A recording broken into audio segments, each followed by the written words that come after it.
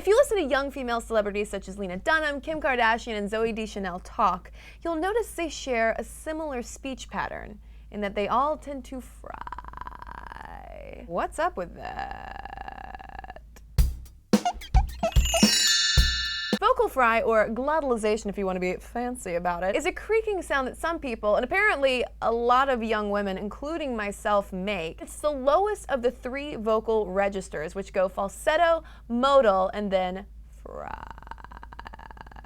And that creaking sound, like an old door opening, happens when we flutter our vocal cords while talking, which sounds like kind of a cool talent, if you ask me. Word of this creakification of girls' voices started to spread in 2010 with the publication of a study in the journal American Speech, which found that female college students in California tended to speak with much creakier voices than male students and Japanese students. That jumped out to researchers because that lower creaky voice is more of a masculine vocal pattern. Soon enough, everybody was talking about vocal fry and how awful it was that girls were speaking in this manner. Kind of ironic considering how in 1964 vocal fry was first identified among British men.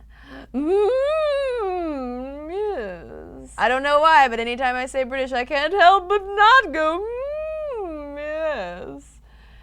So I'm sorry, UK listeners. One big thing we do know about young women in vocal fry is that people hate hearing it. Actress Lake Bell has a term for this hyper vocal fried voice that some women tend to do, which she calls the sexy baby voice, which is essentially a combination of fry, uptalk, and valley girl that makes you sound really unintelligent. And it's true, it doesn't sound very smart at all. What's still unclear is why vocal fry has become so common among young women. Some linguists think that women tend to be the vocal trailblazers because we're a little more sensitive to social interactions and might be likelier to pick up subtle vocal cues such as a fry. There's also a theory that vocal fry is kind of our in-group communication. If I'm doing a podcast, I will talk like this, or this is an exaggerated way, whereas if I'm talking to my girlfriends, I get a little more relaxed. So true. Oh my God, right? Right. Right. Right. Right. Right. Right. Oh my God.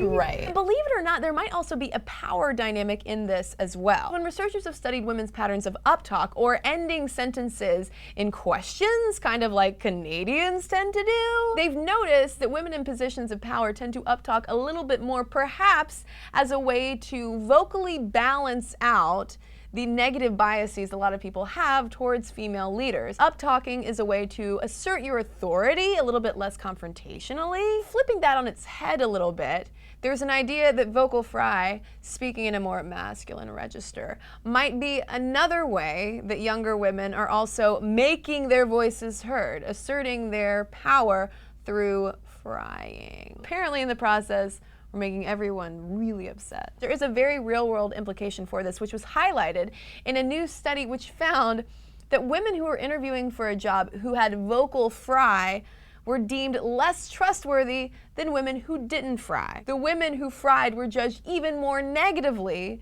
than men who fried, which means that women, we can fry all day long with our girlfriends, but perhaps in professional settings, it's not such a good idea to let our vocal cords flutter. Which leads me to my question for you, oh viewers. With all of this constant backlash against vocal fry, will people ever just give in and learn to love the fry, or will the fry just finally one day die?